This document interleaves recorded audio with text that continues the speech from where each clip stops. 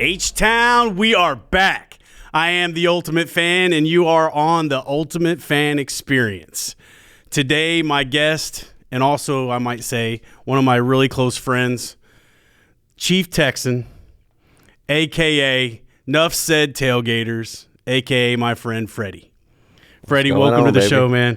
Proud of you, man. You're doing good. Your star's rising, baby. Your star's rising. I appreciate that, man. I appreciate that. It's been a long time in the works, and I'm glad we were able to finally get in the studio and get some things done, man. And I'm glad to have you as my second guest on my show. And it's been a wild ride, and it's been a lot of fun. I will say that we got a lot of traction on the first podcast, and it was kind of nerve-wracking a little bit, but I was glad that it's over with now. Get all the jitters gone and stuff like that, man.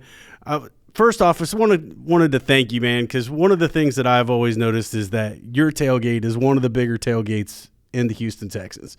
And there's you have a motto about when you come to your tailgate.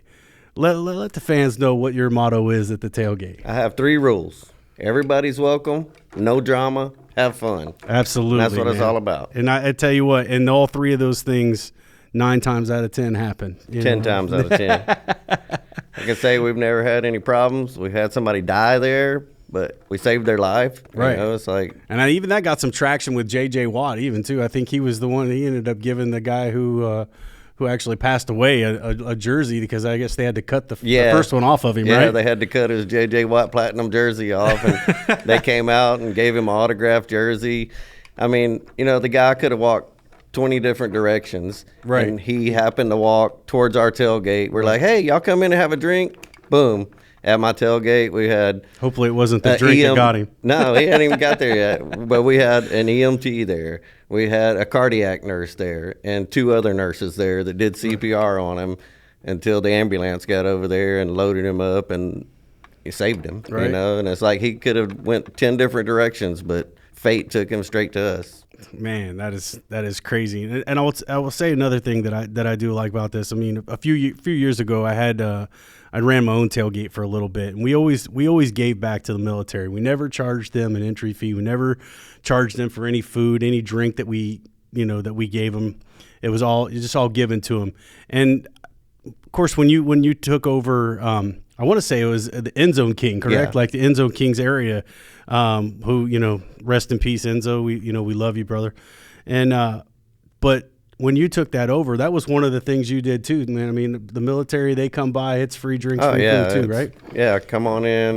Enjoy you're yourself. Not leaving without eating something. Right. You can't drink in uniform most of the time. Some of them might sneak a little bit, but we make sure they get fed. We make sure they get thanked for their service, and we take care of them, and that's what it's all about. And that's another cool experience there in itself. Getting to see the military, the police officers, they come by, they make sure we're doing good and things like that. I will say this: you have a unique way of bringing fun to your tailgate.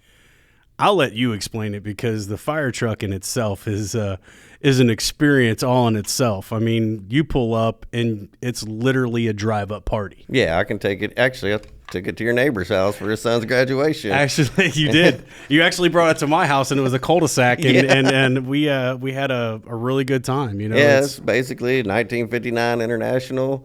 I got a margarita machine, a shot machine I invented, so you got every shot ice cold on tap. Mm-hmm. I got the TV sets. We got tables. We got everything. All you got to do is pull up. Got a pellet grill on the back. You pull up, set your tables up, put your tents up, and 2 turntables and a microphone. Yeah, you got it. Oh, and the DJ. I got the DJ booth. It's definitely a DJ booth there. I got the new fire truck I'm working on. Nice. I heard about it. I heard it's a little bit bigger. Yes. It's a little bit newer. It has 6 seats in it. I fixed the air conditioner last weekend. Nice. The fire truck in itself, it's very unique because the old style of it and everything like that. But I mean, you build a tailgate around it, and I will say you've had anywhere between 200 to 400 people show up. Is that right? I'm in the right area. Yeah, right? I've had 300 people from San Diego, 300 plus. Right. from San There's Diego. Other fans, yeah. That was one of the ones where I walked in. I wasn't sure if I was at the right tailgate or not. Actually, the Cleveland game last year in the playoffs was the first time we had mounted patrol come over And usually all the officers, they come by and we give them water and barbecue and make Right. sure they're fed. So, you know, I was like, hey, guys, y'all need anything? And they're like, no, we were told to come over here because there was a crowd gathering. I'm like, Well, that's us. the purpose. You know, Yeah, that's the it's exact like, purpose of tailgating, you know. we got no issues here. They stayed a little while. It's like, everybody's good. and Come left. one, come all, right? Yeah. Well, the tailgate started out with just with you and another guy, right? Yeah, it's me and my buddy Dave, we decided to tailgate one day. So we went out there. We had one parking spot, a barbecue pit as big as a sheet of notebook paper. We had $200 steaks on there, and that was it. That's how it started. And then, you know, I progressed and moved over and got another spot, and then put a barbecue pit on the back of my truck, a bigger one, and then Got it more just kind of food. grew. And then my ex-mother-in-law, we're going through my father-in-law's stuff, and she's like, here's his old fire helmet. Do something with it. Right. All right. So I went and got it custom painted, and I was like, well, I need a fire suit. So I got on eBay and found a red and white fire suit. I have never seen another one ever since. Right. It was like it was meant to be. Ordered it, got it, and we were in Denver, and one of my friends was like, I go, man, I'm going to get a school bus to tailgate in. He goes, man, you need a fire truck. 3 days later, I owned a fire truck. Driving up to get it. Yeah, and it was I funny remember because that. like 2 weeks later, I drove it to our next home game, and I drove in and parked in my spot, and I told my buddy I was getting a fire truck. Well, he pulled in, and I'm sitting there looking at him in the parking lot, and he's just sitting in his car, like looking back and forth, like, where's Freddie? And I had to walk over and was like, waved at him, and he looked, was like, you really bought a fire truck? Right. It's like, yep, and it just started growing from there. So let me ask you this, man. What are you looking forward to this season? Out of everything so far, season not started. We haven't even been to training camp yet. Winning the Super Bowl, baby. That's what I'm looking forward to. Well, I think we're all been looking for that for a long time. But I mean, to me, it looks like it's in the grasps. You know, I mean, we have a tough something we can schedule do. this year. We do have a tough schedule. Right. But, we play a lot of good teams this year. But right. As CJ said, those weak ass Cowboys, we play those weak ass I ain't worried Cowboys. about them. They're gonna choke. We already know that. Well, even if they don't choke, then at least they can choke when they play us. And Right? I'm looking forward to some revenge on the Jets. Yes. Oh man, We should have won that. Oh, there was that no was- reason we should have lost that game. Ladies and gentlemen, if you were not at the Jets game last year, first off, it was miserable. Yeah, raining. Miserable, raining. I don't think there was a dry spot in the house. You know, Freddie and I, we went up there together. We traveled up there, and I still say it was because they did not let me in with my belt. Yeah. I was very, very perturbed when I walked up there, and the guy goes, "Hey, man, you can't take that in. It's a weapon." And I'm like, it's around my waist. He's like, but it can still be used as a weapon. I was like, listen, man, I have trouble getting that thing on. What makes you think I'm going to take it off? But You know? got to take this. Yeah, this guy wears a full-on fire suit into this place, and they don't say a word. They didn't even open it up to see if he had anything in there. He could have had weapons in there and didn't even check. And then on top of that, the dude stays dry the whole time because it's a fire suit and water doesn't get to it. And here I am just waterlogged because we're like standing out in an open stadium. It's raining. All raining season. But I wouldn't trade it for anything though. it was a really cool experience, right? Yeah. It was. We were supposed to be sitting on the Texan side, but I think that somehow got messed up. We ended up on the other side, but we still sat front row. Yeah, so it was just really no, cool. And of course, it was a crappy game because we ended up losing, CJ that game. We ended up losing Nico that game. And I think my highlight with the game was actually getting to meet a guy that I've like Fireman Ed, man. When I saw that guy and to watch him orchestrate just an audience, whole stadium. They shut up. His hat comes off.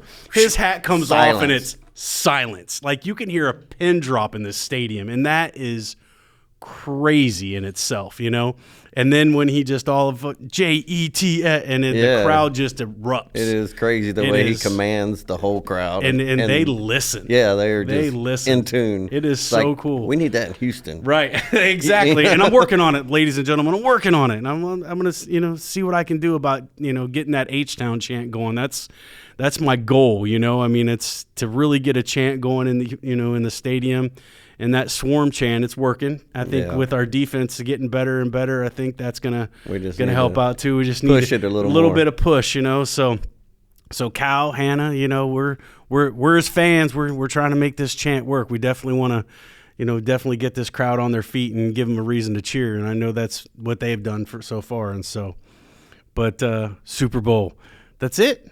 What else is there? I figured bringing you on, being a Texans fan, what more way to see how big of a Texans fan you are, to give you a little trivia. We'll put a little trivia on your, I'm old, your brain. man. You're old, but are you trying to say you can't remember stuff, or you're just old because you remember everything? Well, I remember what needs to be remembered nowadays, not everything. All right, well, let's see if you know. This left shoe, right shoe. Right. The important things. The shirt goes on the top, not the bottom. Got you. But, all right, let's start with this one. This is a really good one. Who was the first head coach of the Houston Texans? Dom Capers. There he is. Look at that, man. Okay, this is kind of a tough one. Which quarterback led the Texans to their first playoff victory? It was our backup. Yeah. I was going to say hint, not Matt Shaw. Yeah, it was our backup because he got hurt. Dang, what was his name? It wasn't Rosenkopf. 2 letters. No, not Rosenkopf. No. 2 letters in the first name. Oh, shoot. I know who it is. I just can't think of it. Yeah, I don't know. Mr. T.J. Yates. Yes, sir. Yes, sir. I was like, I knew it was the backup because Schaub got hurt. Yeah. Oh, okay. Who holds the record for the longest field goal in Texans history? Oh, shoot. What was his name? It's not Fairbairn. Well, he did kick a long one last year. 61, I think. And that is actually the record. That is actually the record. He holds the record right now, a 61-yarder. So, good job. You thought it wasn't him, but still, you named off that he kicked a 61-yarder. But it was him. It was him. We had some really good kickers. He did have that long one. And to tell you the truth, my wife hates Fairbairn. She hates him. She's like the problem I have with him is when it's clutch, he's gonna miss it. Well, not now. And he had his little stint. Yeah, he had his little stint. He'll kick make every field goal all year, and it's like all you got to do is make this, and we win the game. And Fairbairn, if you ever want to come on here and set the record straight, you're by all means you're more welcome to come in here. He's a good guy. So absolutely, I love him, and he's got a leg on him. Oh yeah, he's got a leg on him. He really does. He's gotten better. So, and this is one I love, man. I can hear this answer a million times. Who were the 2 winners in the NFL honors this year? Will Anderson and C.J. Stroud. Absolutely. Rookie of the year, offensive rookie of the year, defensive rookie of the year. And it should have been coach of the year. And it should have been. And there is a funny story in that, too, is getting to be in the audience or whatever is winning fan of the year last year. And so I'm in there, and they're, I'm just waiting. And I'm so excited because you heard C.J. win and your Will win.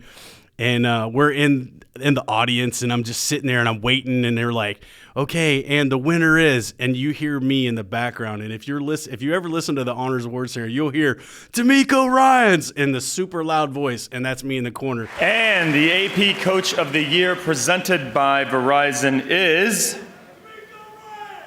I had so many texts going, that's Steve. That's Steve. I know that was you. I know that was you that did that, and it was me. Like I yelled his name, I expected it too. There's no reason why. Nobody expected us to have the year we had. No. Although I will say, the moment I heard D'Amico was going to be our coach, I was like, "That's it. That's the spark we needed as Houston Texans." I knew fans. We were going to be better than the previous couple of years. I figured, 500. That's everybody's first year getting acclimated. It would just caught fire. Now we're on that gravy train, man, and I'm sopping up the sauce, man. Give me the bread, ladies and gentlemen. But this is one that I thought was really good too. Who had the most receiving yards in a single game for the Texans last year? Double points if you can name what team he did it against. I want to say it was the tight end. Not at the tight end. He is one of our receivers, and he plays for my best college team. Alabama? No, I said my best college team. Okay. Thought you said the best college team. No. It is the best. I believe they won the championship this past year, so I guess that tells you a little something. Was it Nico? It was Nico Collins. It was I thought Nico that was Collins. too easy of an answer. I was right? like, Nico's too easy if you're asking a trivia question. That's like the obvious answer. You're trying to trick me. It couldn't be Tank, you know. Yeah, he because I was going to say got Tank, injured, but you know. he got injured, so I was like, but Nico. Maybe Tank can do it this year. Nico killed it last year. And it was 191 yards against the Broncos. I mean, our offense this year is going to be. Dude, I mean, our whole think team about is going to be this year. Nico, you know what I'm saying? Tank, and Stephon with Mixon coming out of the backfield and Schultz in at tight end. I mean, who can stop it? You've got to double team somebody, and then somebody else is going to be wide open. Yeah, I mean, it's like. It's going to What be were these incredible. people thinking letting us get Stephon Diggs? Yes. It's going to be, I mean. Offense is going to be I mean, you could pick legit. a jersey right now. I'm like, I feel bad for like other teams because like, we can have so many players with so many jerseys this year, man. And we're like, which one am I going to wear this one?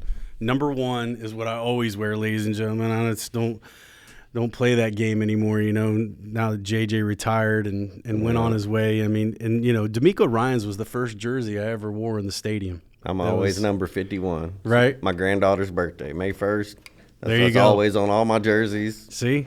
Never we all changes. have there's and it just so happens to be Will Anderson's number. So. Roll Tide, baby, roll Tide. There is a little sanity to our madness. Yes. A little bit, you know. So we everybody does a little bit of crazy things. I know everybody wears a jersey for a purpose, but you got that Jimmy Ward. Yeah, the Jimmy Ward, hey, you know. It's, you know, I know it's his, but it's mine first, man. Sorry, I was here first, you know, and I'm gonna be here after you're gone, my friend. So, but I don't know. I'm getting a little gray, a little older. You know, we'll see how many more years I got in me. You're what, 63 this year? Oh wow, dude, you're gonna. Man, you just couldn't hold it in, could you? You know, we sat here and we were jawing about it before. We were like, man, you know, I don't know if I can go an hour without jawing with Steve a little bit. And here he goes hitting me with the age thing. Don't let the beard fool you, man. Don't let the beard fool you. I'm still in my 40s. Yeah. So, but let's run a couple more. Here's one for you. Name a player that played for the Texans. I'll give you 2 names. You tell me whether or not he played for the Texans or not. This one shouldn't be hard at all. Josh Norman or Jonathan Joseph? Ooh, that one's hard. J-Joe, baby. J-Joe, man. That man, you know, I got kicked out of a game because of him. Sad moment for me, ladies and gentlemen. New England Patriots. J-Joe intercepts the ball. I stand up on the rail, cheering my boy. The guy comes down and goes, "Excuse me, sir. You're going to have to leave." Well, the kind of prelude to that was, you know, New England fans, they're not very friendly. And before that happened, they came in and, you know, of course I was always standing up because I don't ever sit in the stadium. And I was actually sitting 5 rows back at the time. I didn't have my front row seat. And I kept standing up. And somebody called in on me. It was a random call, and they came up and they got me and they yellow carded me, which still hangs on my wall to this day, by the way. That's one of the memories I have. And they came up there and they said, "Listen, you know, we're going to give you a warning. You can go back down there." And I went back down, and I no longer got to my seat. And J-Joe intercepts the ball, starts running it back, foot rail, foot seat, get up, start cheering. They come down, and they were like, "All right, now you're blocking people's view. You're going to have to leave." So I literally had to walk out of the stadium, but to my disbelief anyways, I thought that they were just going to immediately take me out, but the cops were actually cool. As I was going out there were people like, "Ultimate, I want to take a picture with you." And I made the cops wait. It took me 45 minutes to get out of the stadium, and I'm taking pictures with everybody. And I finally got out of the stadium, and I went to the tailgate at the time that was like right closest to my car. And they were like, "Man, what are you doing here? Like, why are you out here? And I told them I got kicked out of the game, and nobody could believe it, man. You know, I don't believe I should have ever gotten. I should have gotten the one warning. I don't think I should have got the first one. Stand up right. and cheer. Yeah, be on your feet. You know, game. I mean, I was not in the what they call the fan zone or the bullpen. Sit down, then don't come to the game. Sit down on your couch at home and watch it. That's the way I look at it Stand up too. and be loud. You'll have people who say, "Oh, if I want to come to the game and sit down," you know, I get it. I get it. You know, I mean, if you don't want to be behind somebody standing up, buy front row. Man, what are the best, weirdest, worst memories, fan interactions, whether it be NRG Stadium or wherever it, whatever stadium you were at. What was one of your worst experiences at a tailgate?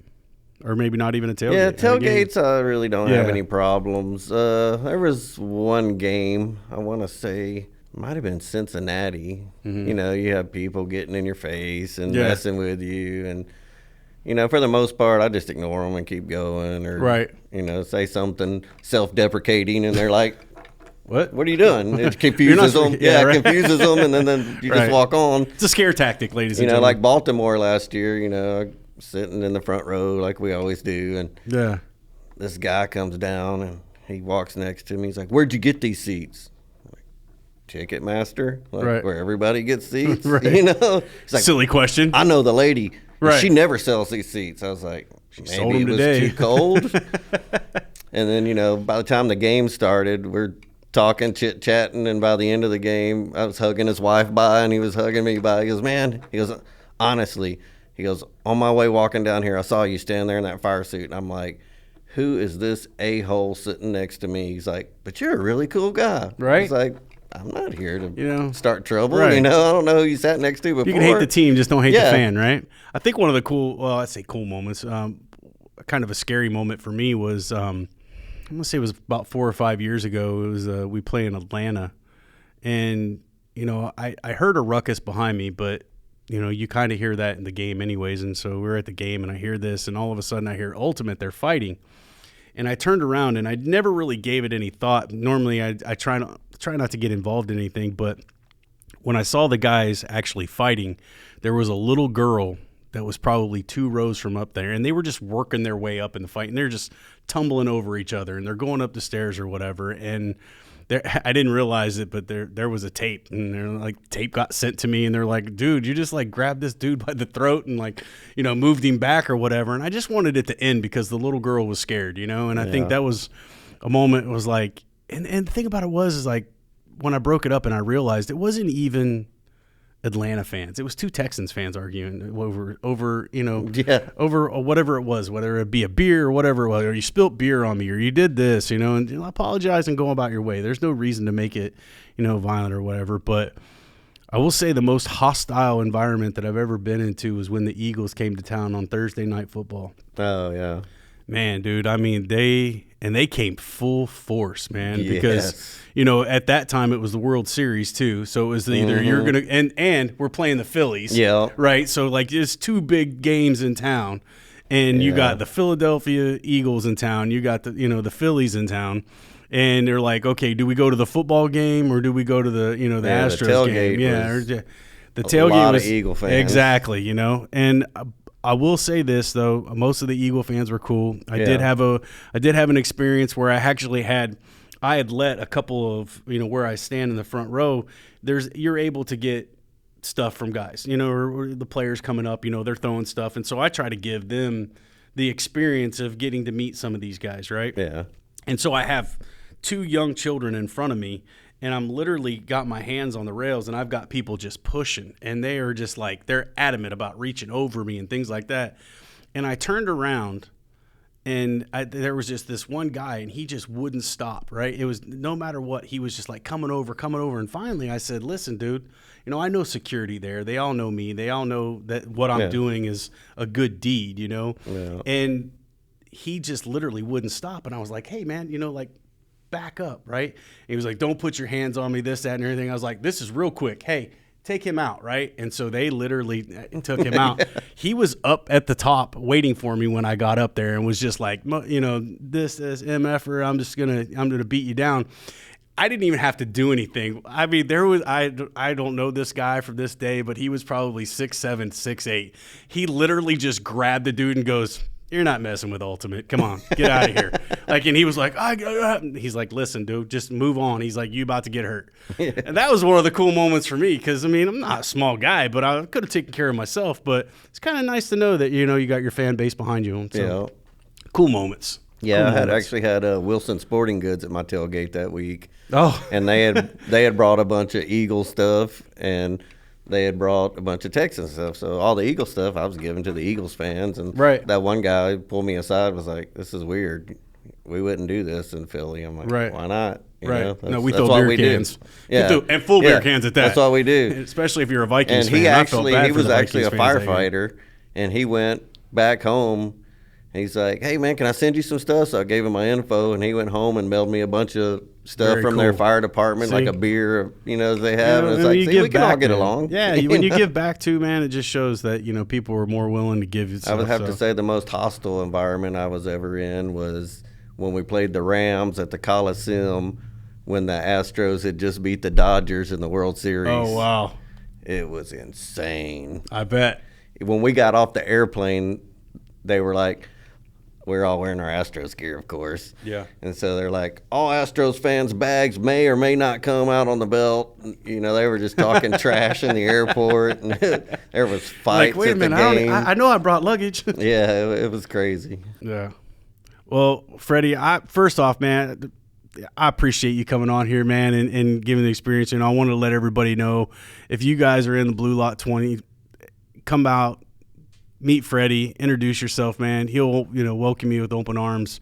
A lot of us will. We're out there, and I plan on doing this a couple of times, man. There's not just the Blue Lot. We have other lots, we have other tailgates, and some of the tailgates are pretty big. And I'm gonna have some guys on here, man. We're gonna talk some more tailgating, talk about what they do and how they do it. Yeah. So, Freddie, I appreciate you coming on, man. Thanks for having me. Welcome to the Ultimate Fan Experience, man. It's great. Proud Thanks, of you, brother, and proud appreciate of it. you. Thanks, everybody. We'll join you next week.